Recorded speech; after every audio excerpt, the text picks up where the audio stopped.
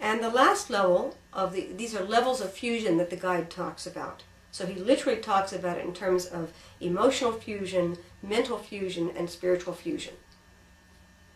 And if you could imagine this triangle with all these different layers, when all 5 are connected, including spirit, when all 5 are connected, that is what the guide says happens when you are in total and complete fusion with another person. So the spiritual level of this triangle in terms of our spiritual needs, which may include self-actualization or our ability to perceive the greater reality of what we're here for. When we perceive, when we feel that epiphany, when we feel that rightness, when we feel that we are at peace with and understand, and by understand I mean that we feel comfortable with on all levels of our being what is going on in the moment. There is a place in an epiphany, in a total fusion, where it goes through all 5 of these layers.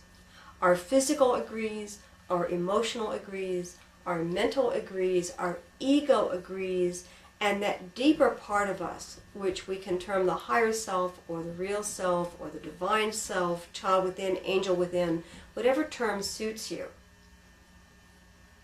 But the inner part of us that inspires all of this activity, when all 5 of those layers match, that's what the guide is describing when he talks about total spiritual fusion. And what he says, and I'm really talking about the tip of this triangle right now, what he says is that experiencing that fusion while in human form is actually, the reality of that is that we are actually experiencing what is real in the spirit world on an eternal layer. So what his phrase is that fusion is an experience of the true existence in the eternal. Fusion is, total fusion is an experience of our true existence in the eternal. Now, why is sexuality so powerful? Because depending on the development of the individual, even a lower developed individual who does not have all these aspects in terms of consciousness can experience a physical and emotional orgasm during sexuality. Sexuality is like the great common denominator. Anybody can have it. And the quality of that sexual experience, the sense we have of whether that is fulfilling, and the ability to maintain and improve that experience on an ongoing level is dependent upon whether we address all these other aspects.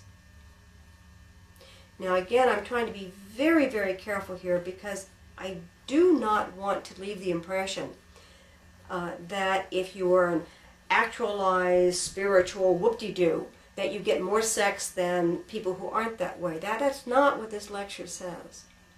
What this lecture says is that people who can totally fuse on a level are going to get a great deal of joy and pleasure out of it. And that as we add more layers to this sense of fusion, our sense of self-fulfillment and joy increases. So it is not a matter of either I get it or I don't. It is a matter of human civilization is about wanting more. Not just greedily wanting more, although we manifest it like that. But even our greedy wanting for more is propelled by a need within the organism to expand our horizons, to reach out and to have more goods, so that we can rest more, so that we can spend more time doing what we want, so that we do not feel threatened. So civilization is made up of gazillion stories of people who murder and capture and purge other civilizations. But from a spiritual perspective, if we look at the spiritual aspect of this, we do this because we need to feel safe, and that's the physical level. Because we want an emotional level, we want pleasure and joy, ongoing pleasure and joy.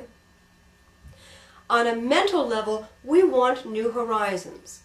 Now, raising another or destroying another civilization may not sound like we want new horizons, but that's what it is. It's also mixed in with a lot of other things. But human beings want to conquer. We want to exercise our capacity to work out in the world.